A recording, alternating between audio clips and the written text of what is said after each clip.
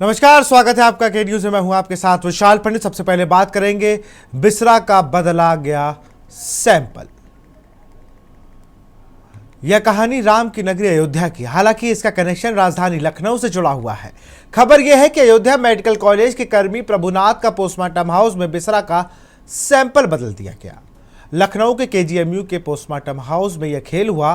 कहा जा रहा है कि अयोध्या मेडिकल कॉलेज के पूर्व प्रिंसिपल को बचाने के लिए यह खेल किया गया। बता दें कि डिप्टी सीएम ब्रजेश पाठक ने इस मामले में जांच के आदेश दिए हैं। वहीं आपको बता दें कि मामले में साजिशों की परत दर परत खुलासे हो रहे हैं। दरअसल अयोध्या मेडिकल कॉलेज में संविदा कर्मी के रूप में कार्यरत प्रभुनाथ मिश्रा, जिनकी ड्यूटी पर्चा काउंटर पर थी, उनकी 29 जुलाई 2024 को सुबह 11 बजे एमबीबीएस की छात्रा रितु और निर्मला कुमावत जबरन पर्चा बनवाने के दबाव बनाती हैं। प्रभुनाथ मना कर देता है, जिसके बाद विवाद होता है और छात्राएं अपने साथी के साथ मिलकर प्रभुनाथ की पिटाई करती हैं।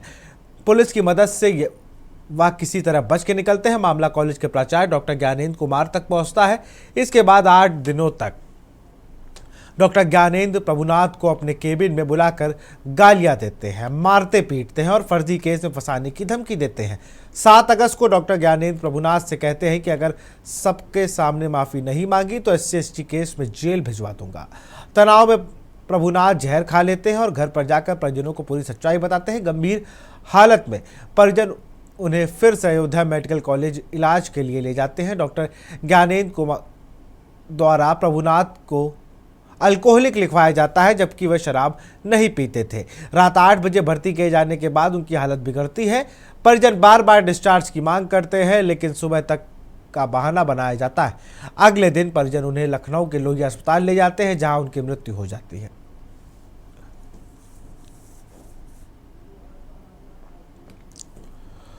और इसी खबर पर अधिक जानकारी के साथ हमारे संवाददाता कौशलेंद्र उपाध्याय जुड़े हैं। कौशलेंद्र, मतलब एक अधिकारी की पहुंच कहां तक होती है, ये देखने को मिला। और जब सेम फील्ड का मामला हो, मेडिकल कॉलेज अयोध्या में प्रिंसिपल हैं और उन्होंने पोस्टमार्टम रिपोर्ट तक बदलवाने का प्रयास कर डाला। ये बहुत बड़ा खेल है। जब भी मुझे लगता है जब इसकी साजिशें परत दर परत हटेंगी तो इसमें कई बड़े नाम शामिल होंगे। जी बिल्कुल, देखिए आपको बताएं कि जिस तरह से ये खेल हुआ है, आप ये सोचिए कि अगस्त 2024 का ये मामला, उसके बाद अब जो हैदराबाद से जो रिपोर्ट आई है वहाँ से सोचिए कि उसमें जो चौंकाने वाला खुलासा हुआ है, उससे पता चलता है कि सिस्टम कितना तेज सरकारी सिस्टम काम करता है। किसी अधीनस्थ को बचाने के लिए कितनी जो है खेल में कितने लोग हैं शामिल और कितने लोग इतने इसको बचाने के लिए क्या क्या कर जाएंगे, ये सिस्टम का इससे पता चलता है। आप सोचिए कि अगर प्रभुनाथ को उसी समय तत्काल न्याय मिल गया होता तो आज ये स्थिति न होती। जिस समय प्रभुनाथ की जो है जान चली गई थी, जब उनका परिजन मुकदमा दर्ज करवाने के लिए भटक रहा था, यहाँ तक कि प्रमुख सचिव चिकित्सा के पास विनती किया, उसके बाद जो डीएम है SSP अयोध्या को वहाँ जाके जो है मिन्नतें करता रहा, लेकिन FIR दर्ज नहीं हुई। अंत में कोर्ट में जाके जब गए हैं वहाँ पे आदेश हुआ, तब जाके मुकदमा दर्ज हुआ है। और वो भी सोचिए कि जब मुकदमा दर्ज हुआ तो जिला अधिकारी वहाँ के जो चंद्रविजय सिंह थे, वो एक मजिस्ट्रेटियल जांच का आदेश दे देते हैं कि कम से कम एक मजिस्ट्रेट जांच हो जाए, कम से कम ये आरोप न लगे कि हमने इस मामले में कोई कार्रवाई नहीं की। और उसमें भी कितना बड़ा खेल किया जाता है। उसमें ज्ञानेंद्र कुमार जो पूर्व प्रिंसिपल मेडिकल कॉलेज के हैं अयोध्या के, उनको जो है क्लीन चिट मिल जाती है, उन छात्राओं को क्लीन चिट मिल जाती है।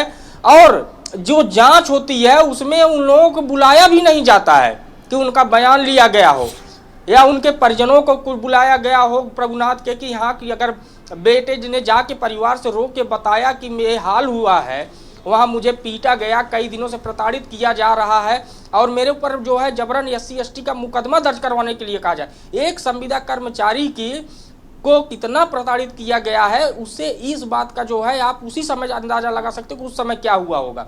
उसके बाद अगर परिवार मेडिकल लीगल में जाके रिपोर्ट न बनवाता, उसके बाद हैदराबाद इस बिसरा को भिजवा न पाता, तो सोचिए ये भी खुलासा न हो पाता कि ज्ञानेंद्र कुमार की जो पकड़ है और अभी तक उसका वहां से जो तबादला जहां जिस मुख्यालय संबद्ध किया गया है, अभी सूचना है कि वहां ज्वाइन भी नहीं किया है। इतना मनबड़ हो प्रिंसिपल है और जहां भी रहा है उसके जो खुलासे हैं, जहां जहां वो जो है चार्ज लिया है, वहां किसी एक खास कंपनी को वहां पे ठीका पट्टा और काम देता था, जिसको लेके जांच, उसके खिलाफ विजिलेंस की जांच चल रही है। आप सोचिए कि उसके बाद भी वो ज्वाइन नहीं कर रहा है।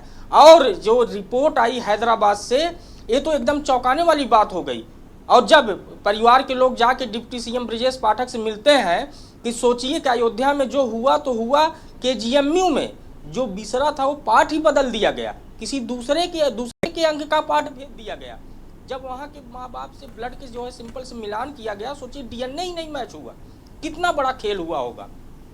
अब इसके पीछे डिप्टी सीएम ब्रजेश पाठक ने जांच के आदेश दिए हैं। अब जांच हो जाए, उसमें जो है जांच में जो सच है वो सामने आ जाए, तब कहीं जाके उस मामले पे आगे की कार्रवाई हो पाएगी।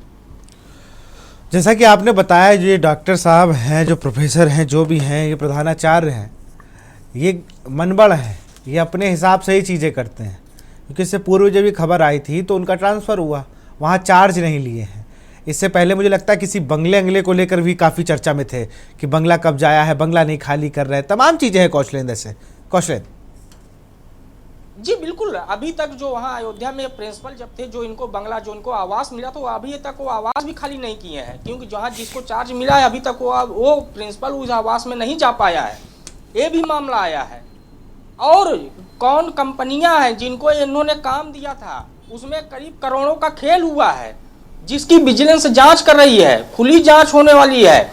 कि सोचिए कि जो है कि इनके खिलाफ जांच हो रही है और इनको वहां से हटा दिया गया, मुख्यालय से अटैच किया गया है, और मुख्यालय में अभी तक ये अपनी ज्वाइनिंग नहीं दिए हैं, जबकि ये कितने नियम विरुद्ध है। उनके ऊपर कड़े एक्शन होने चाहिए। यूपी सरकार को, स्वास्थ्य विभाग को, जो अफसर है, मंत्री है, उन पे तो कड़ा एक्शन लेना चाहिए। लेकिन जब इतना ढीला और ऐसी व्यवस्था हो कि बताइए बिसरा ही बदल दिया जाए, जिस लड़के की जान गई उसके अंग का बिसरा न भेज के दूसरे के भेज दिया जा रहा है। हैदराबाद से रिपोर्ट आ रही तब जाके खुलासा हो रहा है। आप सोचिए कितना बड़ा तंत्र काम कर रहा है उसको बचाने के लिए। इसमें कितने लोग शामिल होंगे, और उसके ऊपर जो आरोप लगे हैं, जिन छात्राओं के ऊपर आरोप लगे हैं, उनकी क्या स्थिति है, इस पे कभी कोई बात नहीं करता है। अब एफआईआर हुई है, वो भी कोर्ट के आदेश पे।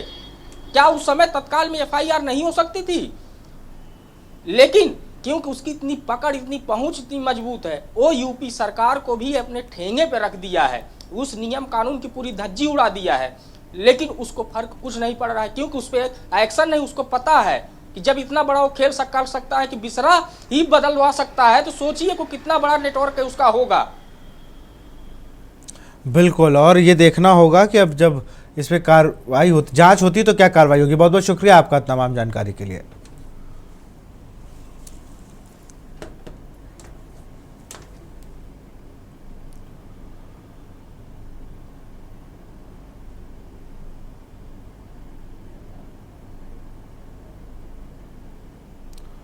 अब बात करेंगे पीएम का हस्तक्षेप, हरकत में प्रशासन। खबर वाराणसी से, जहां पीएम नरेंद्र मोदी का हस्तक्षेप होते ही छात्रा से गैंगरेप मामले में पुलिस ने तेजी सामने आई है। पुलिस ने नामजद अभियुक्तों को गिरफ्तार कर जेल भेज दिया है। सूत्रों ने बताया कि पुलिस जांच में आरोपियों के मोबाइल फोन खंगालने पर खोजने वाला तथ्य सामने आया। इन 12 युवकों के फोन सेटों में 5 सैकड़ों से अधिक युवतियों के न्यूड वीडियो दिखे हैं, जिनके आगे जांच जारी है। अलग अलग मोबाइल सेट से यूपी सहित कुछ अन्य राज्यों की लोकेशन में इन वीडियो को शेयर किया गया है। पुलिस के मुताबिक गैंगरेप पीड़िता हेपेटाइटिस बी पॉजिटिव पाई गई है। उसकी यह बीमारी गंभीर स्टेज पर है, जिसकी जॉइंटिस यानी पीलिया का स्तर काफ़ी बढ़ गया है और ब्लड काउंट भी कम है या अस्थिर है। पीड़िता की जानलेवा संक्रामक बीमारी हेपेटाइटिस बी पॉजिटिव होने से आरोपियों में दहशत है। हालांकि चिकित्सकों का कहना है कि यह संक्रमण थूक, लार या ब्लड के जरिए एक दूसरे के शरीर में घर बनाती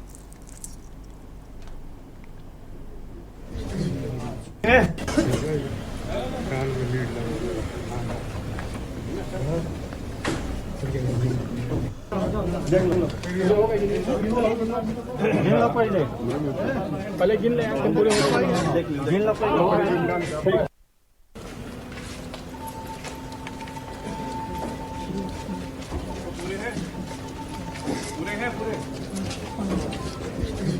पूरे हैं। और इसी खबर पर अधिक जानकारी के साथ विकी डे हमारे संवाददाता जुड़ चुके हैं हमारे साथ फोन लाइन पर। विकी, अगर बात की जाए तो पीएम मोदी के सख्त रवैये के बाद प्रशासन अलर्ट मोड पर आया, लगभग 12 लोगों को गिरफ्तार किया है। जी बिल्कुल, आपको बता दें कि वाराणसी में जो गैंगरेप की जो वारदात हुई थी उसमें जो है 12 के खिलाफ जो है नामजद FIR हुआ था, 11 जो है अज्ञात थे। देखिए, तो पुलिस की अगर बात की जाए प्रशासन की, तो उन्होंने 12 लोगों को अभी तक गिरफ्तार कर लिया है और जो है जेल को भेज दिया है। लेकिन अभी तक की प्रक्रिया की पूरी बात किया जाए जिससे जांच कहाँ तक पहुंची है, तो लेकिन अभी तक जो है प्रशासन की तरफ से कोई आधिकारिक प्रेस नोट जारी नहीं किया जा रहा है और कोई किसी प्रकार की गाइड नहीं दिया जा रहा है। केवल ये दिन की घटना की जब ये संज्ञान में आया उस दिन DCP के द्वारा एक गाइड दिया गया था, उसके बाद जो है क्या कुछ इसमें हो रहा है ऐसी प्रक्रिया को लेकर कोई प्रक्रिया नहीं दिया जा रहा है, मुद्दों को नहीं बताया जा रहा है कि क्यों इसमें। और अभी तक की बात करें तो इसमें जो है एक नया मोड़ निकल के सामने आ रहा है कि जो आरोपी पकड़े गए हैं उनके पास जो मोबाइल मिले 14 मोबाइल में 546 लड़कियों के न्यूड वीडियो जो मास्टरमाइंड जो कैसे बताया जा रहा है, अनमोल गुप्ता मास्टरमाइंड बताया जा रहा है, उनके पास से ये मिले हैं। और ये खाली बनारस की ही नहीं, 6 राज्यों में कस्टमर को ये भेजते थे, उनसे ये तार जो है अन्य राज्यों से भी जुड़े हुए मिले। पश्चिम बंगाल हो गए, पंजाब हो गए, तमिलनाडु हो गए, बिहार हो गए, दिल्ली, सभी महाराष्ट्र तक इनके तार जुड़े अभी तक मिले हैं। और इसके जो हाई प्रोफाइल जो सेक्रेटरी में जो नाम अभी तक सामने नहीं, हालांकि प्रशासन कुछ नहीं बता रही है, लेकिन जल्द ही इसका खुलासा करेगी प्रशासन। और क्योंकि आपको बता दें शुक्रवार को प्रधानमंत्री नरेंद्र मोदी काशी आए थे, तो उन्होंने सबसे पहले वाराणसी में उतरते ही इसका संज्ञान लिया और यहाँ के कमिश्नर और साथ ही जो है मंडला आयोग उनसे इस गैंगरेप के बारे में जानकारी ली और जो दोषी है उनके खिलाफ सख्त कार्रवाई करने की बात निर्देशित किया, बात किया। तो उसके बाद जो है प्रशासन हरकत में है और पूरी जी जान से जो है इस दुखी को सुलझाने में लगी है। लेकिन आज जो एक नया न्यूज पता चला कि जो पीड़िता है वो हेपेटाइटिस B है, B से इन्फेक्शन है, पॉजिटिव है। तो इसको लेकर एक चिंता जताया जा रहा है क्योंकि दोषियों में जो आरोपी है उनको भी एक डर है कि उनको भी कहीं संक्रमित न हो जाए, क्योंकि अभी तक जो सैंपल लिए गए हैं अलग अलग तरीके से जो सैंपल लिए गए हैं, बाल के सैंपल लिए गए हैं, ब्लड के सैंपल लिए गए और उससे मैच कराए जाएंगे। और अभी तक जो घटना की बात करें तो अभी प्रशासन जो है 12 लोगों की गिरफ्तारी है, बाकी जो 11 जो अज्ञात है उनकी भी खोजबीन जारी है। जी बहुत बहुत शुक्रिया आपका तमाम जानकारी के लिए।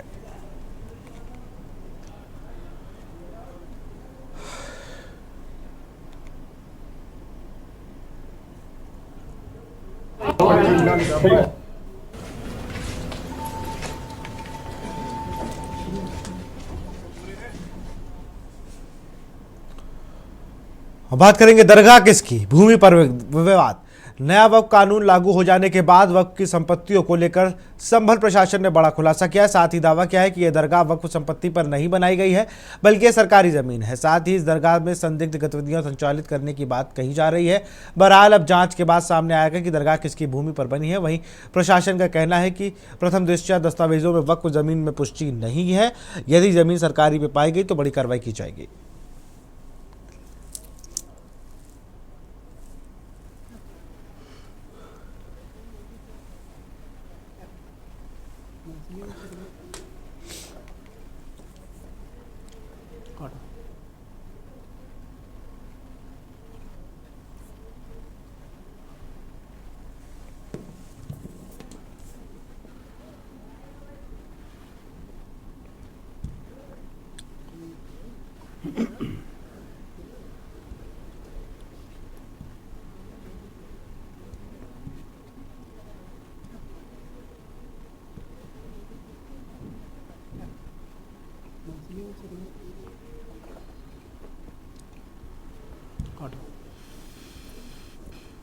संभल में जनेटा दरगाह शरीफ का यह मामला, वक्फ अधिनियम लागू होने के बाद जिले में पहला मामला।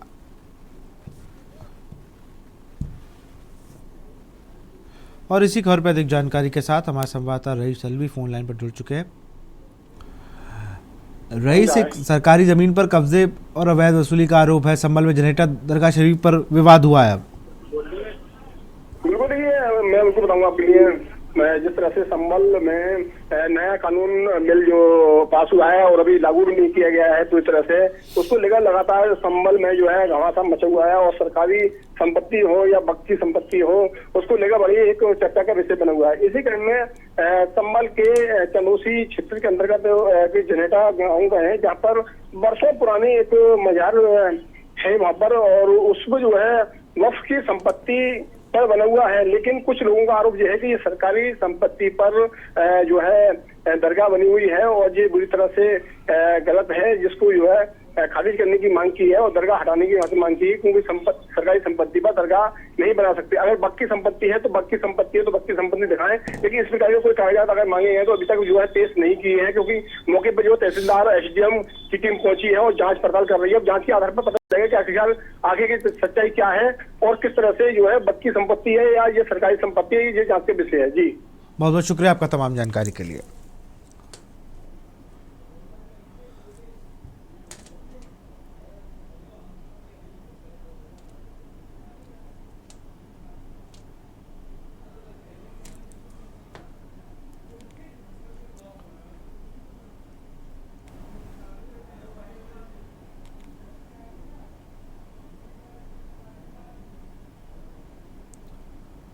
और अब बात करेंगे आरओ वाटर में मिली मृत छिपकली। अंबिकापुर में पीजी कॉलेज के प्रबंधन की लापरवाही का मामला सामने आया है। दरअसल अंबिकापुर शहर के पीजी कॉलेज में पढ़ने वाले छात्र छात्राओं ने आरओ वाटर से पानी पिया, जिसके बाद स्वास्थ्य खराब होने लगा। छात्रों का कहना है कि वाटर आरओ पानी में दुर्गंध आ रही थी। आरओ को जब चेक किया गया तो उसमें मृत छिपकली मिली। वहीं आज़ाद सेवा दल के लोगों ने इस मामले में महाविद्यालय के प्राचार्य से बात की। आज़ाद सेवा संघ के लोगों का कहना है कि इसकी सूचना 24 घंटे पहले ही दे दिया था, लेकिन कॉलेज प्रचार की लापरवाही की वजह से छात्रों के जीवन के साथ खिलवाड़ हो गया।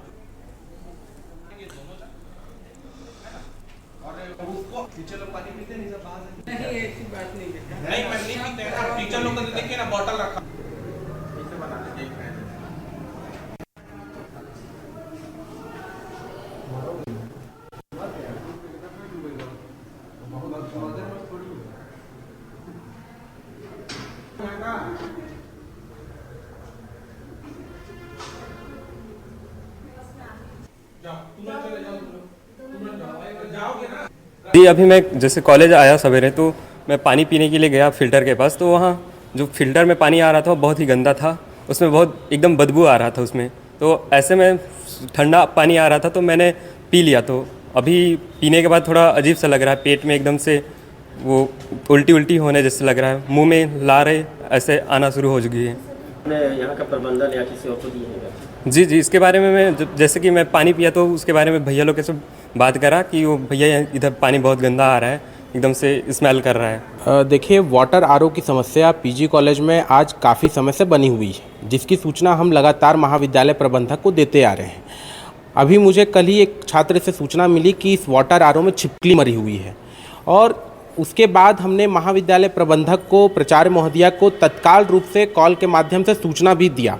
महाविद्यालय प्रबंधक ने इसके बाद भी लापरवाही दिखाई और इस वाटर आरओ को साफ़ नहीं कराया, जिसके बाद आज जब हम लोग अभी आए तो हमें कुछ छात्र यहाँ पर मिले। छात्रों के द्वारा ये कहा गया कि हम लोग इसका पानी पिए थे और अब हमारी तबीयत खराब हो रही है।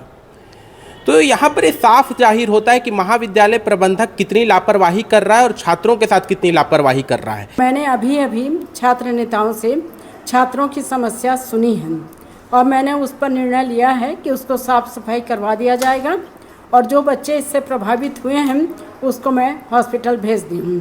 वो बच्चा चला गया है और उसका इलाज होगा। अब लापरवाही तो मैं नहीं कह सकती सर, कल काम में भी बिजी थे, कलेक्टर सर आए थे, उनका ब्रीफिंग हो रहा था, कुछ काम था कल, तो मैं तो नहीं कह सकती कि मैंने तो भेजा था यहाँ से। अब लापरवाही तो हुई है, उस पर लेंगे हम एक्शन।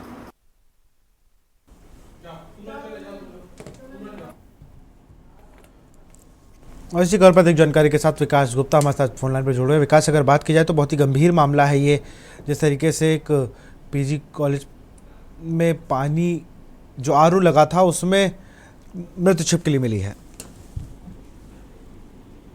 जी मैं आपको बता दूं, ये पूरा मामला जी कॉलेज का है, जहाँ 24 घंटे पहले, एक दिन पूर्व जानकारी दिया गया था कि यहाँ छिपकली मरी हुई है वाटर आरओ में। लेकिन प्रिंसिपल ने कोई कार्रवाई नहीं की। उन्होंने बस से बताया कि हमने बोला था बड़े बाबू को कि आप जाइए वहाँ साफ कराइए। 24 घंटा पूर्व हो गया। उसके बाद अगले दिन 2 स्टूडेंट गए, एक ने पानी पिया और उसके बाद वो बीमार भी हो गया। उसके मुंह से लार आ रहा है और गले में खुजली हो रहा है। उसके बाद जब पूरी मीडिया वहाँ गई, उसके बाद उन्होंने बोला कि आप जाइए हॉस्पिटल, हम पूरा पेमेंट करेंगे, लेकिन उसके बाद भी कोई पेमेंट नहीं हुई है। ये था पूरा मामला। चलिए, बहुत बहुत शुक्रिया आपका तमाम जानकारी के।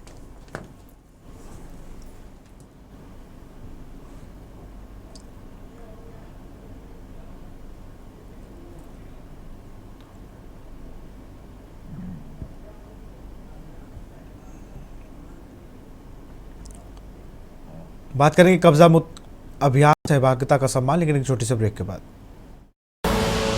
आप देख रहे हैं। ब्रेक के बाद आपका स्वागत है। दिव्या मंडल की माफ करिए दिव्या मित्तल की कोशिश ने रुद्रपुर तहसील की ग्राम पंचायत बाराडी के तकरीबन 1 दर्जन परिवारों को आखिरकार आवागमन के लिए बेहतर मार्ग उपलब्ध हो गया है। डीएम की मौजूदगी में राजस्व अमले ने अवैध कब्जे हटवाए और कुछ ग्रामीणों ने रास्ता चौड़ीकरण के लिए हंसी खुशी अपनी जमीनें भी छोड़ी। डीएम की पहल पर गांव में चाचा भतीजे के बीच पिछले 40 वर्षों से चल रहे विवाद का समाधान संभव हो गया। ग्रामीण खासकर महिलाओं में जिलाधिकारी के प्रयासों की बहुत सराहना की जाती रही। ग्रामीणों का कहना है कि उच्च अधिकारी के मौके पर मौजूद रहकर संबंधित लोगों को प्रेरित करने से मुश्किल साबित होती है। समस्याओं का निराकरण संभव हो सका। जन आकांक्षाएं पूरी करने के अभियान को सफल बनाने में सहयोग बनाने ग्रामीणों को जिलाधिकारी ने सम्मानित भी किया।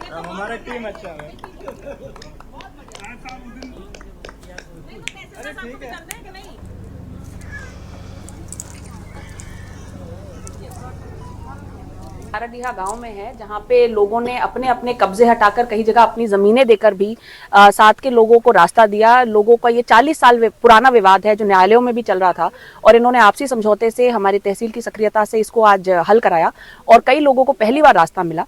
ऐसे ही जो हमारा ऑपरेशन कब्जा मुक्ति चल रहा है जिसके तहत हम यहाँ आए हैं, उसमें जनपद में 501 गाँव में 888 लगभग हमारे रकबों पे कब्जे हटे हैं और बहुत अच्छे काम हुए हैं। जैसे कि एक गांव रघुनाथपुर है, वहां पे एक चक्रोड को खाली करा के सलेमपुर मेरवा रोड से जोड़ दिया गया है और 4 गांव के लगभग 10,000 लोगों को अब सीधा रास्ता सोगरा धाम का मिल गया है। ये जो इतना बड़ा काम हुआ है, ये केवल प्रशासन के करने से नहीं हुआ। एक जगह भी हम लोगों को कहीं पे बल प्रयोग नहीं करना पड़ा। लोगों ने, प्रधान जी ने इसे एक जन आंदोलन का रूप दिया है।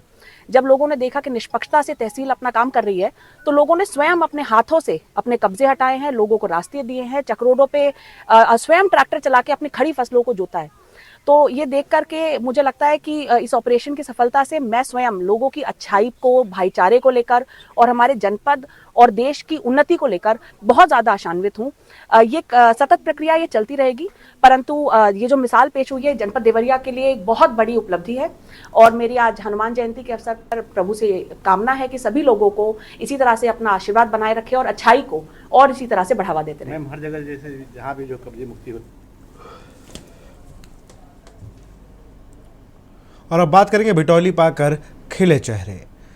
खबर नैनीताल से, जहां पाषाण देवी मंदिर में लगभग 90 विवाहिताओं ने बिटौली पाकर अपने मायके के प्यार दुलार का अनुभव किया। मंदिर में बिटौली पाने पहुंची विवाहिताओं का उत्साह देखते ही बन रहा था और उन्हें पीहर की स्मृतियों को याद करते हुए जहां उमंग के साथ लोकगीतों पर समूह पर नृत्य बिटौली की खुशियां मनाई। गायन के जरिए माता पिता और भाई भाभी के स्नेह का स्मरण भी किया। पंडित जगदीश चंद्र भट्ट ने बताया कि विवाहिताओं को चैत माह शुरू होते ही मायके से आने वाली बिटौली सौगात का इंतजार रहता है।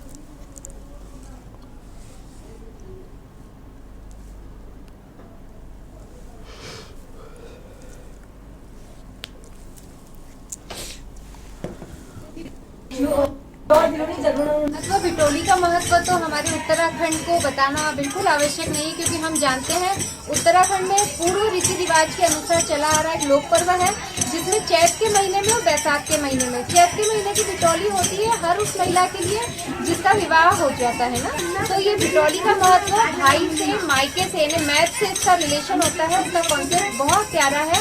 माँ पाषाण देवी मंदिर में माँ पाषाण देवी के आदेश से और हमारे बड़े भाई के रूप में हमारे जगदीश भट्ट जी यहाँ है, हमारे पंडित जी हैं, इनके आदेश से यह बिटौली का आयोजन विगत कई वर्षों से पाषाण देवी मंदिर प्रांगण में हो रहा है और प्रतिवर्ष इस आयोजन में बढ़ोतरी हो रही है। मैथ की बिटौली यानी माँ की बिटौली कई बहनों को दी जा रही है और इस बिटौली के पीछे का उद्देश्य भी यही है कि जिस प्रकार हमें अपने मायके का प्यार मिलता है, प्रत्येक बहन को अपने मायके का प्यार, भले ही मायका माँ पाषाण देवी का ही क्यों न हो, यहाँ से उन्हें प्यार के रूप में, आशीर्वाद के रूप में उन्हें बिटौली की सौगात मिली। बड़ा महत्व यह है, चैत्र मास में जो है सुहागिन महिलाओं को जो है बिटौली का आयोजन दिया जाता है और इस वर्ष माँ पाषाण देवी मंदिर में 4थे वर्ष हम देने जा रहे हैं। 4 वर्ष से लगातार हम देने जा रहे हैं। पिछले वर्ष हमने 60 महिलाओं को और इस वर्ष जो है महिलाएं बढ़ के 90 महिलाओं को हम माँ पाषाण देवी और जीवन वर्षा कला के सहायता से जो है माँ पाषाण देवी मंदिर से 90 महिलाओं को बिटौली दे रहे हैं। और इस बिटौली में देने का सबसे बड़ा महत्व यह है कि हम उन महिलाओं को इसमें देते हैं जो महिलाएं जिनके भाई नहीं हैं या जिनके मायके से बिटौली जो नहीं दे पा रहा है, उन महिलाओं को हम इसमें ढूंढते हैं। तो उन्हीं महिलाओं को जो वंचित हैं, जिनको चैत्र मास में बिटौली नहीं प्राप्त हो पाती है, उन्हीं को ही हम इस माँ पाषाण देवी के मंदिर में बिटौली देते हैं। तो फिलहाल इस बुलेटिन में इतना ही। देखते रहिए न्यूज़ इंडिया। नमस्कार। आप देख रहे हैं के न्यूज, खबरों का सारथी। विमल में गुलिस्तां के ये कुछ लजीज फरिश्ते जब साथ घुलें तो जी लग जाए और दिल कहे कि स्वाद की जुबान में खुद को ऐसे डुबाऊं कि निकल ना पाऊं। विमल की जुबान कुछ है ही ऐसी, मानते हैं? विमल, बोलो जुबान कैसी? आप देख रहे हैं